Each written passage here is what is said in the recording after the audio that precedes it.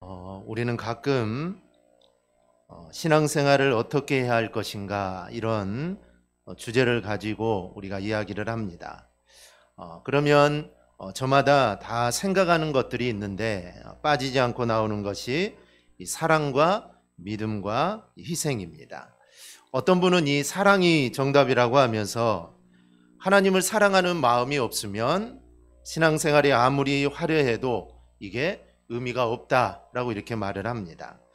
하나님을 사랑하는 사람은 당연히 하나님이 그렇게 강조하신 이웃을 사랑하게 될 것이니 신앙생활의 꽃은 사랑이다라고 이렇게 말을 합니다. 또 어떤 분은 믿음이 정답이라고 합니다. 믿음이 없으면 하나님을 기쁘시게 할 수 없을 뿐더러 또 믿음이 없으면 또 신앙생활을 깊이 있게 그리고 또 지속적으로 이루어 갈 수 없다라고 말합니다. 또 어떤 분은 희생이 정답이라고 하면서 희생적 헌신이야말로 실천적 신앙생활이자 신앙인이 나아가야 할 이 방향이다라고 이렇게 말을 합니다. 다 옳은 말이죠. 사랑이나 믿음이나 희생 어느 하나 빠뜨릴 수 없고 이 모든 것들은 중요하지 않은 것이 없습니다. 그래서 우리는 어느 것 하나가 아니라 내가 사랑이다, 믿음이다, 희생이다 어느 것 하나가 꼭 필요하다가 아니라 이 모두를 소유하고 또 실천하는 멋진 우리 신앙인들이 될 수 있기를 바랍니다. 이런 의미에서 오늘 본문에 등장하는 이 여인은 정말 모든 기독교인들에게 요구되는 신앙적 자질을 다 보여주는 아주 모범적인 신앙인이다라고 할 수가 있습니다. 3절은 예수님께서 배단위 나병 환자 시몬의 집에서 식사하실 때 한 여인이 매우 귀한 향유 곧 순전한 나드 한 옥합을 가지고 와서 그 옥합을 깨트려 예수의 머리에 부었다라고 합니다. 여기서 나드라는 것은 인도산 식물인 나드의 뿌리에서 얻어지는 걸로 이 휘발성이 강한 향을 나타냅니다.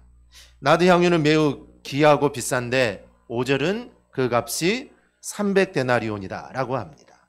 우리가 잘 알듯이 한 데나리온은 노동자의 하루의 품삯입니다.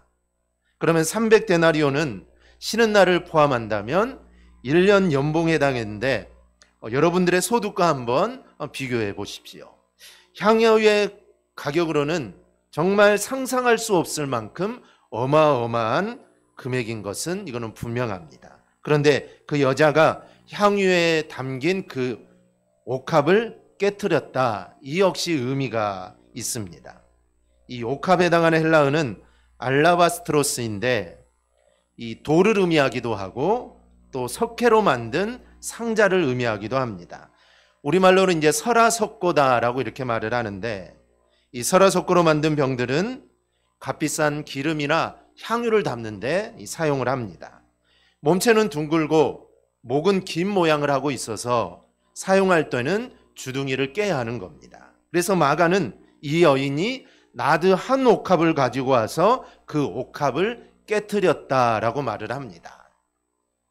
설화석고로 만든 옥합은 조금씩 덜어서 쓰는 것이 아닙니다. 다른 데 담겨 있는 기름이야 필요할 때마다 조금씩 덜어 쓰지만 이 설화석고로 만든 옥합은 덜어 쓰는 것이 아니라 한 번 깨트리면 그 안에 있는 향유를 다 써야 하는 것입니다. 조금이라도 아까워하는 마음이 있으면 옥합을 깨트릴 수 없습니다.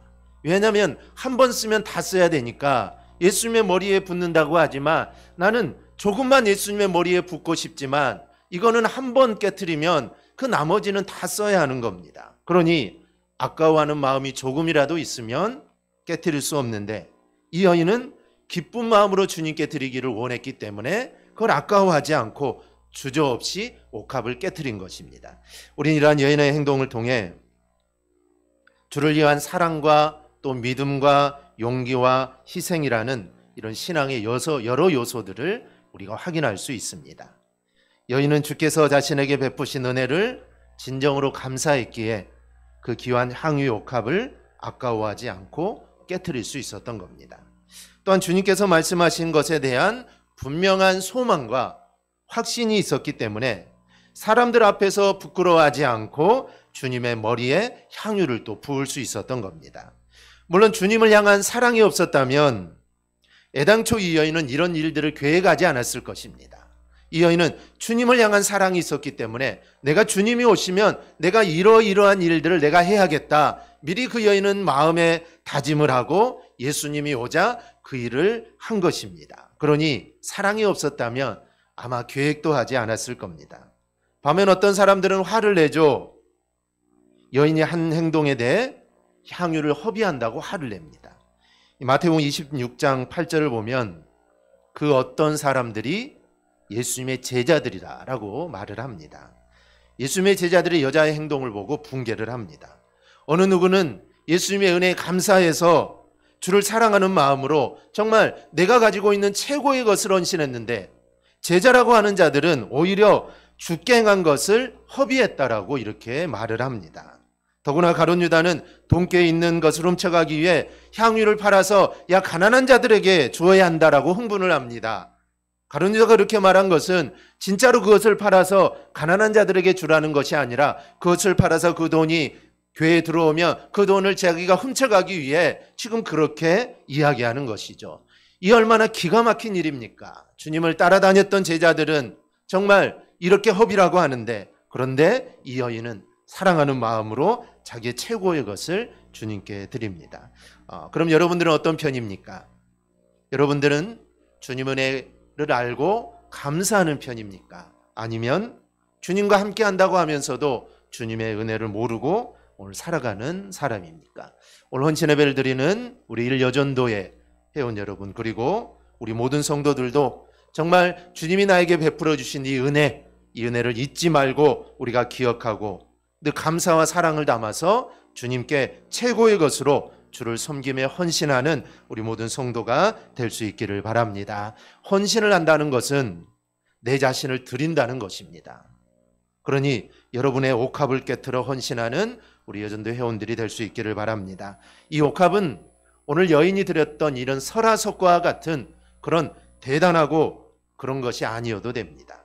내가 주를 위해 기꺼이 정말 기쁨으로 드릴 수 있다면 그것이 바로 나의 옥합이 되는 겁니다. 그렇다면 우리가 주님께 드릴 옥합은 어떤 것일까요?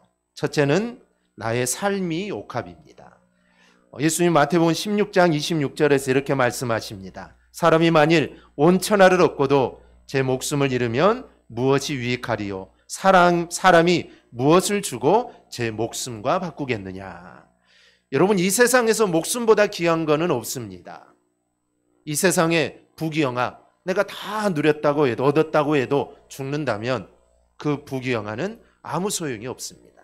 이 세상의 최고의 권력을 내가 갖는다고 해도 죽으면은 그 권력 아무것도 아닙니다. 그래서 목숨은 천하와도 바꿀 수 없는 가장 소중한 것이 바로 목숨입니다. 그 이유는 인간의 생명은 유일할 뿐만 아니라 단회적이기 때문입니다. 만약에 내 목숨이 두 개라면 하나쯤은 세상의 것을 위해 포기할 수 있습니다. 그런데 우리의 목숨은 그렇지 않는다는 것이죠. 우리의 목숨은 단 하나입니다. 그래서 아무리 좋은 것을 내가 얻어도 죽는다면 그것은 아무런 의미가 없습니다. 그만큼 살아서 삶을 영위하는 게 이게 더 중요합니다. 그런 의미에서 이 삶은 내가 가장 소중하고 가장 가치 있는 또 하나의 옥합이다라고 할 수가 있습니다. 이 생명과 삶은 믿음이 있는 사람이나 또 믿음이 없는 사람이나 모두에게 다 소중합니다.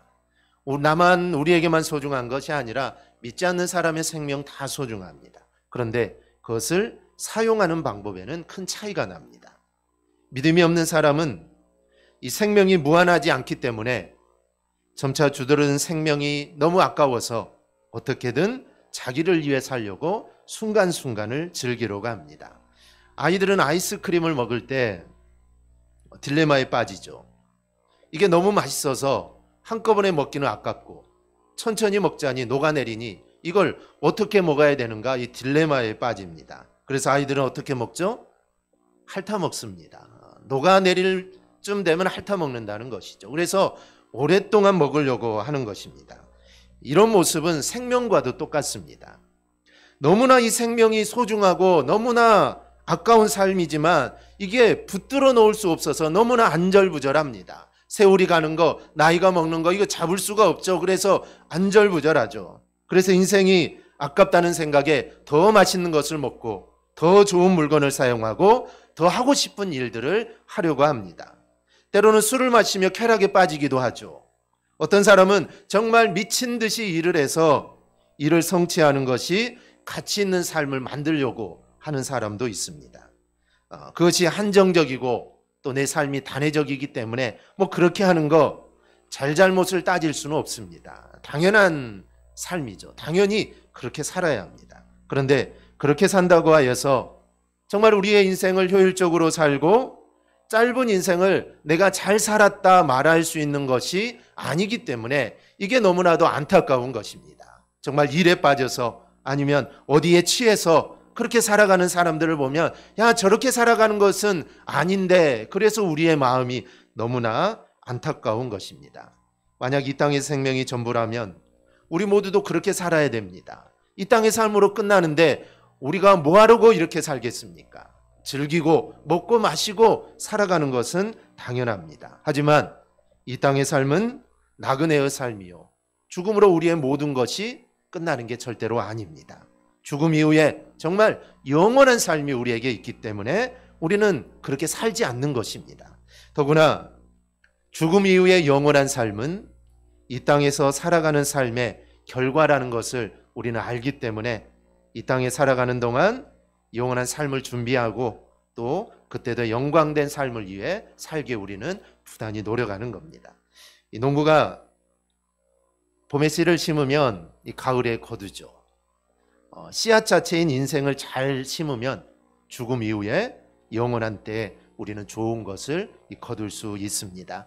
이 갈라디아서 6장 8절을 보면 자기의 육체를 위하여 심는 자는 육체로부터 썩어질 것을 거두고 성령을 위하여 심는 자는 성령으로부터 영생을 거둔다라고 말씀을 합니다. 여러분 심는 대로 거둔다. 이거는 진리이고 하나님의 법칙입니다.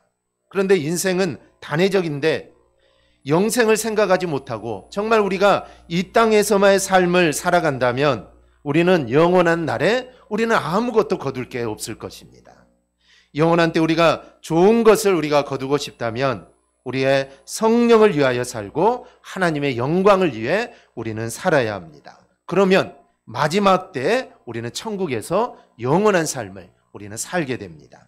이 사도 바울은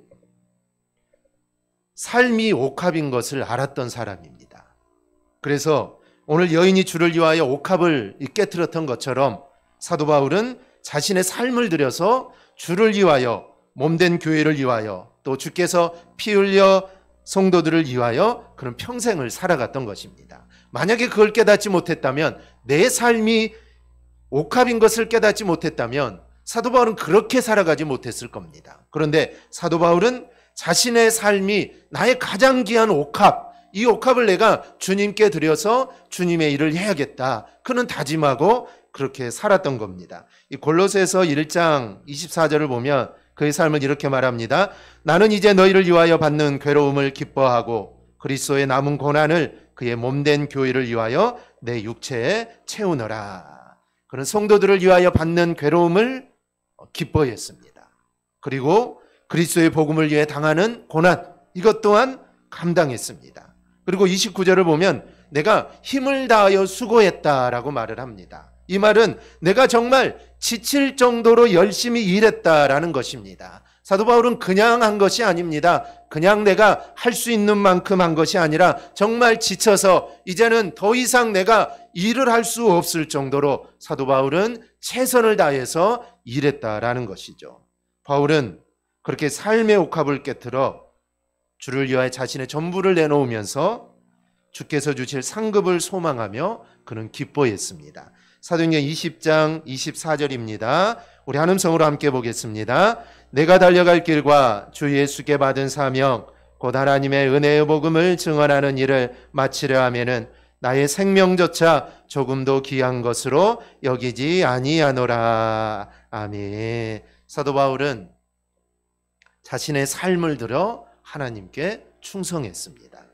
오늘 헌신 예배를 드리는 우리 일여전도의 회원 여러분 그리고 우리 성도 여러분, 여러분도 여러분의 삶의 옥합을 주님께 들어 헌신할 수 있기를 바랍니다. 내가 가진 게 없어 헌신할 수 없다라가 아니라 나의 가장 소중한 삶, 이 삶을 우리가 드릴 수 있기를 바랍니다. 그러면 우리 하나님은 기뻐하시고 우리를 책임져 주실 줄 믿습니다. 둘째는 나의 시간과 물질이 옥합입니다. 앞서 말한 것처럼 시간은 줄어드는 인생 그 자체입니다. 때문에 사람들은 어떻게 하든 자신만의 시간을 확보하려고 노력을 하죠. 그래서 나만의 시간, 그리고 나만의 공간에 누가 들어오거나 방해하는 것을 굉장히 싫어합니다. 다른 사람과 어울려서 먹고 마시고 노는 것도 이거 사실은 자신을 위한 시간입니다. 그것마저도 자신을 위한 시간이죠. 그런 의미에서 시간은 또 하나의 향유 옥합입니다. 그래서 사람들은 그 귀한 시간의 옥합을 다른 사람을 위해 깨트리려고 하지 않고 또 그럴 마음도 갖지를 않습니다. 하지만 이 여인이 주를 위하여 향유 옥합을 깨트린 것처럼 주를 위해 우리가 할 수 있는 헌신의 최고는 바로 시간의 옥합을 우리가 깨트리는 것입니다. 사도 바울은 기꺼이 자신에게 주어진 시간의 옥합을 깨트렸습니다. 바울은 다메섹 도상에서 주님을 만난 이후로부터 죽는 시간까지 모든 시간을 주를 위해 살고자 했습니다. 그래서 먹는 것도 주를 위하여, 또 여행하는 시간도 주를 위하여, 사람을 만나는 것도 모두 다 주를 위해 사용했습니다. 그의 모든 시간이 주를 위한 것이었기 때문에 그가 머문 곳에는 교회가 세워졌고 그가 머문 곳에는 성도들이 세워졌다는 것입니다. 그는 교회를 세우기 위해 시간을 내었고 또 성도들을 세우고 양육하기 위해 시간을 사용했던 것입니다. 그런데 어떤 분들은 시간의 옥합을 깨트리기가 너무 아깝다라고 이야기를 합니다. 할 일도 많은데, 해야 될 일도 많은데 그중에 그 시간을 내가 깨트려서 하나님께 헌신하고 하나님을 위해 사용하는 거, 이게 너무 아깝다라고 생각을 합니다. 그러나 내가 정말 허물과 죄로 이미 죽은 자였음을 안다면 절대로 이게 아깝지가 않습니다. 에베소서 2장 말씀처럼 우리는 허물과 죄로 죽은 자였는데 긍휼이 풍성하신 하나님께서 우리를 살려주신 것입니다. 우리는 이미 죽은 자들입니다. 죽은 자들에게 시간이라는 게 있을까요?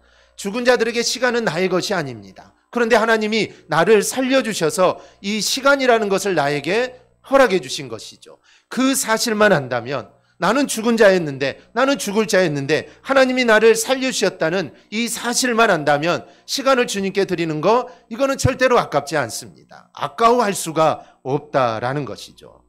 만약에 예수님이 십자가에 죽으시지 않았더라면 우리는 여전히 죽은 자요, 영원한 멸망에 처할 자들입니다. 우리는 예수 그리스도의 사랑과 하나님의 은혜로 죽은 자 가운데서 우리 모두는 다 살아난 자들입니다. 그러니 시간을 기꺼이 주를 위해 사용하는 것, 어찌 보면 이거는 마땅한 것입니다. 시간을 주님을 위해 사용하세요가 아니라 내가 주님을 위해 시간을 사용하는 것은 우리의 마땅한 삶의 모습이라는 것이죠. 이 사도 바울이 주를 위해 시간의 옥합을 깨트렸던 것도 이 같은 이유 때문입니다. 사도 바울이 누굽니까? 예수 믿는 자를 핍박했던 자 아닙니까? 그런데 그 사람을 하나님이 선택하시고 그 예수를 전하는 자로 삼아주셨으니 이 사도 바울의 마음이 하나님의 은혜에 얼마나 감사합니까? 그래서 그는 자신의 시간의 옥합을 모두 다 깨트려서 주님을 위해 헌신했던 것이죠. 바울은 갈라디아서 2장 20절에서 내가 그리스도와 함께 십자가에 못 박혔나니 그런즉 이제는 내가 사는 것이 아니요 오직 내 안에 그리스도께서 사시는 것이라.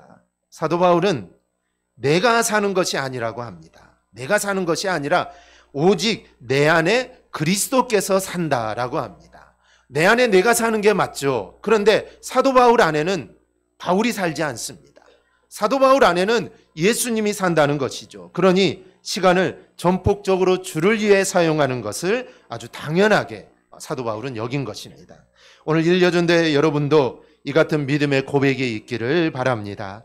오늘 말씀을 듣는 우리 모두에게도 이 같은 믿음의 고백이 있기를 바랍니다. 그러면 시간을 주를 위해 사용하는 것이 아깝지 않고 오히려 내가 주를 위해 내 시간을 드리고 예배하고 헌신하고 기도하고 모이는 거, 이게 오히려 아깝지 않고 오히려 이 일들이 즐겁고 더 기쁘게 되는 것입니다. 시간을 하나님께 나에게 주셨는데 그 시간 중에 일부를 내가 하나님께 드리는 것이기 때문에 그 일을 기뻐하고 즐거워한다라는 것이죠.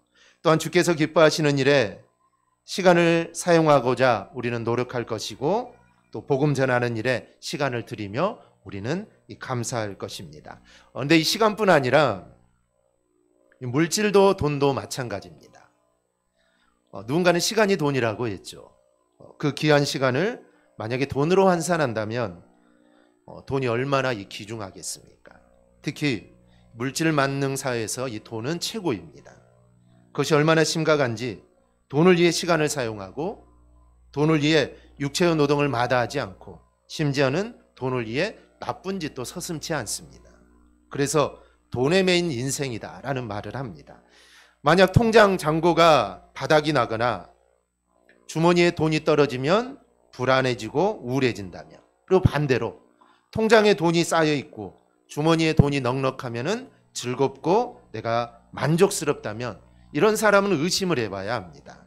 이런 사람은 돈에 매인 인생을 살아가고 있는 것입니다. 돈 때문에 슬프고 우울하고 돈 때문에 기쁘고 즐겁다면 돈에 매여 사는 사람일 확률이 많습니다. 돈이 이렇게 중요하기 때문에 돈은 또 다른 의미의 옥합이라고 하는 것입니다.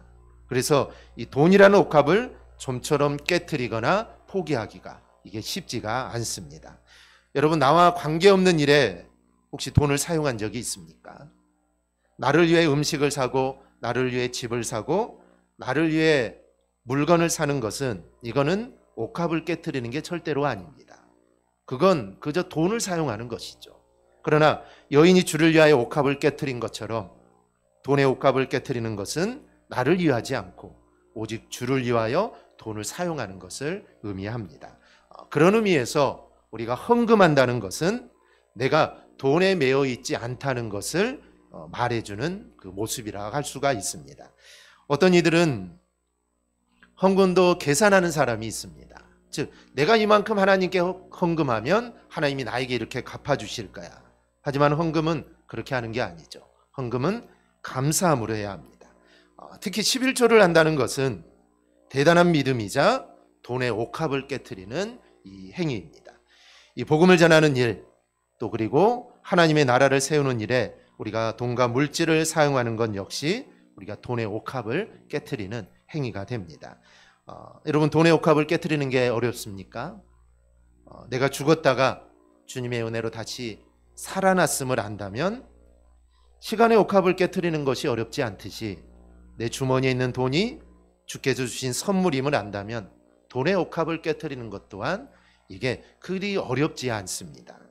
우리는 돈이 내 노력만으로 벌어지는 것이 아니라 주님의 은혜와 도우심이 있어야, 반드시 있어야 한다는 것을 우리는 깨달아야 합니다. 그렇게 깨달아질 때 이 물질이 주님의 것임을 그때서야 우리는 고백하게 됩니다.